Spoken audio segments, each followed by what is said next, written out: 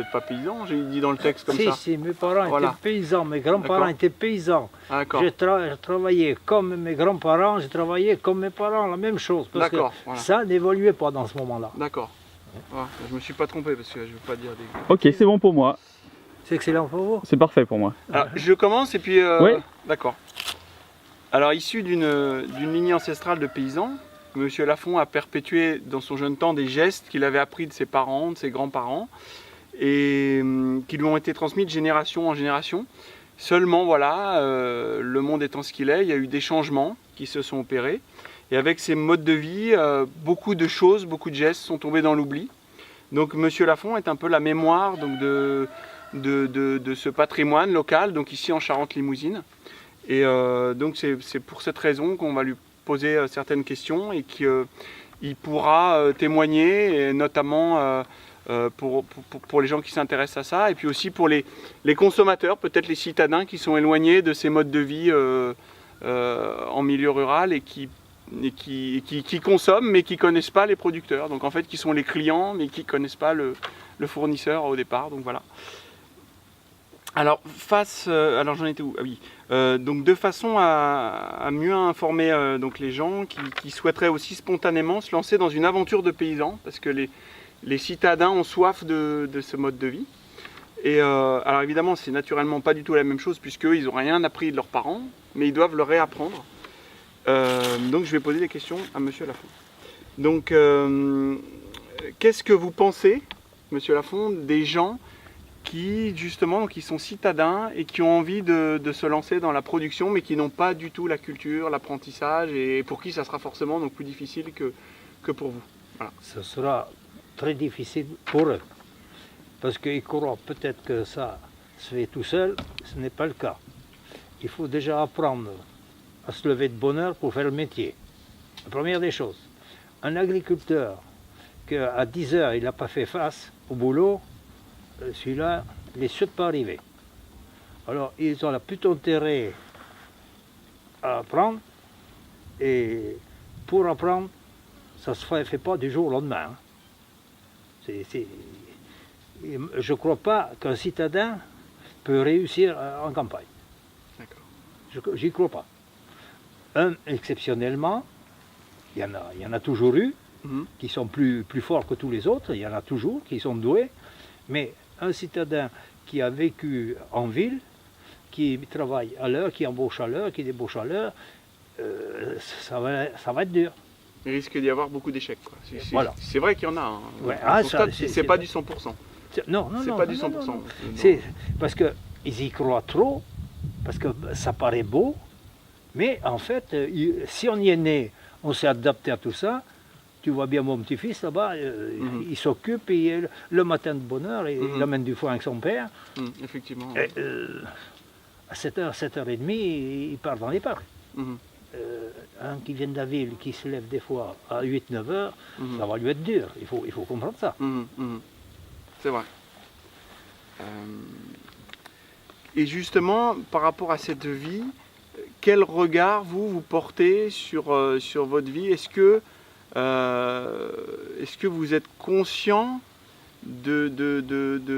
notamment de ce que vous avez fait, c'est-à-dire d'avoir produit de la nourriture pour tout ce monde? Est-ce que tout ça, c'est quelque chose dont vous êtes conscient? Oui, je suis conscient d'avoir produit de la nourriture.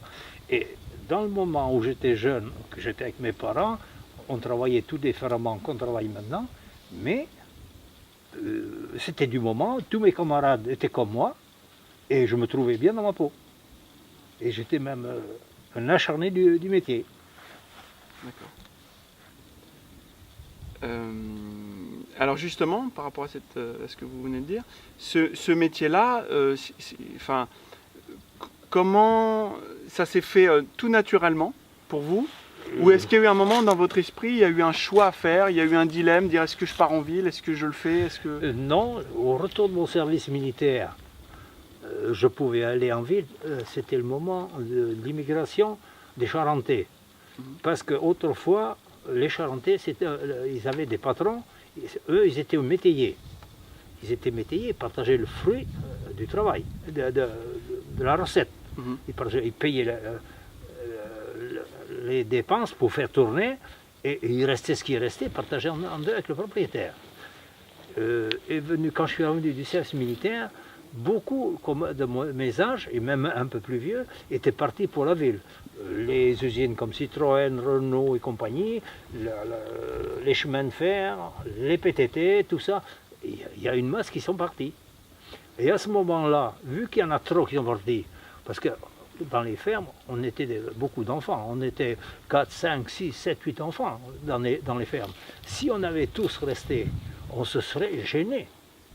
Et alors là, beaucoup sont partis, mais comme il y en a trop qui sont partis, c'est la raison qu'en 1956, 55, 56, jusqu'à 60, nous avons eu des migrants que eux partaient de pays comme la Sarthe, la Mayenne et tous les autres quoi. Au lieu de partir en ville, il y en a qui étaient tentés pour l'agriculture, qui sont venus, puisqu'il y avait des fermes de libres. Bien sûr, en contact. C'est paradoxal du coup. Ouais. Ici, on partait et d'autres sont venus prendre un peu leur place. Parce que chez eux, ils étaient trop petits aussi. Alors, ils sont venus ici, en Charente, parce qu'il y avait des fermes qui se vidaient. Bien sûr, il y avait des régisseurs, que ce soit Moyenne ou Sarthe, avec des régisseurs de Charente qui se faisaient appel, bien sûr. Tu pourrais pas me trouver quelqu'un pour venir combler, j'ai une ferme pour un tel. C'est comme ça que ça s'est passé. Et moi, je suis revenu du service militaire, je suis parti comme salarié dans une ferme, tout pour ici, à la réserve. Je voulais faire l'agriculture, je l'ai faite, parce que mon père avait déjà la ferme qu'il avait achetée, qui faisait 13 hectares. Et moi, dans le même moment, quand j'étais salarié, je me suis payé un peu 3 hectares, en étant salarié. Après, j'ai acheté cette maison en 68. Après, toujours dans l'idée de remplacer mon père. Et je suis venu là, bon, c'était pas assez grand, j'ai aidé mon père, et j'allais travailler ailleurs pour que lui puisse payer. Il ne fallait pas qu'il me prenne tous les jours. Et d'autre part, moi, il fallait que je travaille tous les jours.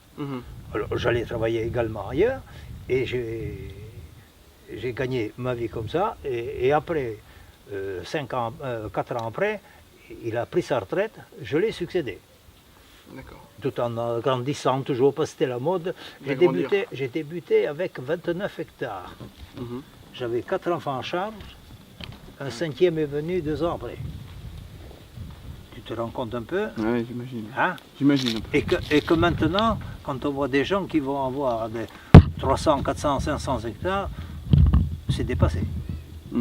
Peut-être que c'était trop petit, c'est le cas, parce que j'ai été obligé d'aller compléter mon temps ailleurs. Et c'était peut-être trop petit, mais maintenant ça va dépasser. Alors justement, c'est une question que je n'ai pas préparée, mais parce que vous soulevez une problématique intéressante. Cette histoire de course à la surface, qu'est-ce qui vous gêne, vous, dans cette idée de toujours plus de surface? Est-ce que c'est d'un point de vue agricole ou d'un point de vue humain? Ou les deux Non, mais je crois que c'est la course. Il y en a un qui en a 100 hectares, l'autre en a 150. Et pourquoi pas moi? Et pourquoi ainsi de suite? D'autant plus que c'est pas tout de prendre des hectares supplémentaires. Dans notre pays et dans notre région, là, c'est l'élevage. Si on prend des hectares de plus, il faut apporter des animaux de plus. Si vous avez des animaux de plus, il n'est pas question de laisser tout l'hiver dehors, il faut des bâtiments de plus. Et ainsi de suite. Mais qu'est-ce qui vous gêne, enfin, dans cette démarche-là, qu'est-ce qui vous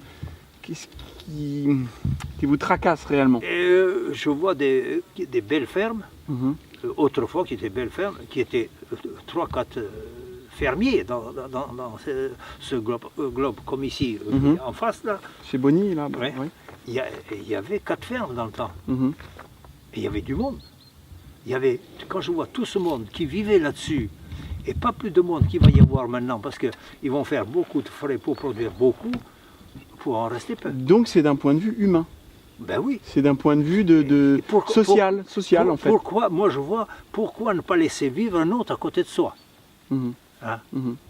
C'est ça, c'est ce que je voulais vous amener à dire, parce que c'est ça qui est important. Grandir, oui, parce qu'on a du mécanisme. Il faut payer le mécanisme. Il y a un entretien, ça vous revient un peu cher. Mais pour payer, il y a des limites. Si on est parti dans un système de toujours plus, qui c'est qui va succéder derrière? Parce que c'est la classe montante qu'il faut s'inquiéter. C'est pas celui qui a 60 ans, celui qui a 60 ans, ses jours, ça y est, la retraite. Donc vous rejoignez sans doute, enfin je ne veux pas mettre porte-parole pour ce que pensent les gens, Ouais. mais vous rejoignez un peu justement ce que pensent beaucoup de nos auditeurs, des gens qui vont nous regarder, que en fait la course à la surface, à la grosseur et tout, c'est pas bon pour le maintien des fermes, du travail de chacun, Non. et pour... également pour la place de l'humain, parce qu'après, du coup, ça devient des salariés à un moment donné. Bah, C'est du profit et du salariat. Exactement.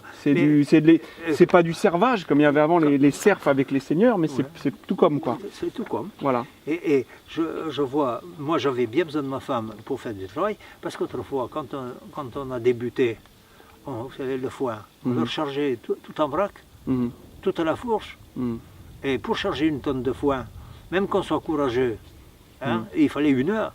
Ouais. Et pour la décharger, il en fallait autant. Alors, tandis que maintenant, une tonne de foin, c'est 4 bottes. C'est 4 bottes. Vous les prenez avec la fourche. Moi, à mon âge, je vais vous charger les tonnes de foin, paf, et je mets sur la roue. Bon, le mécanisme a bien aidé, a bien soulagé, parce qu'il faut reconnaître que nos femmes étaient des martyrs. Nous aussi, mais une C'est femme plus dur pour les femmes, le travail. une femme n'a pas la force d'un homme, et elle a des contraintes qu'un homme n'a pas. Alors, il faut dire qu'elle en souffrait. Même bien courageuses, elles en souffraient. En un mot, un petit peu, on peut dire, la machine doit servir l'homme, mais ne pas le desservir. C'est-à-dire que c'est pas l'homme qui doit être esclave de la machine. Ça a tellement été vite depuis quelques années, ça a été trop vite. Et le mécanisme a tout emporté. Parce que vous disiez, les gens qui ont 300, 400 hectares, et c'est que de la machine, quoi. Donc c'est quasiment que du travail sur la machine, enfin beaucoup de travail sur la machine, et plus sur le noyau du métier, c'est-à-dire la terre, en fin de compte. Et ils n'ont même plus un jardin pour manger des Voilà, légumes. c'est ça. Les 3-4 sont comme ça. C'est ça. Donc j'avais du coup une autre question. À travers les médias, donc comme vous avez la télé, les journaux, la radio, est-ce que vous percevez un malaise de nos concitoyens lié à la modernité, mais dans ses excès, c'est-à-dire à l'éloignement de la simplicité, à l'individualisme qu'on voit dans les villes où les gens se parlent plus, c'est la course à l'argent, le stress, la dépression, l'insécurité, l'instabilité professionnelle, par exemple liée à la mondialisation. Par exemple, vous savez qu'il y a beaucoup de gens aujourd'hui, ils vont travailler en Chine,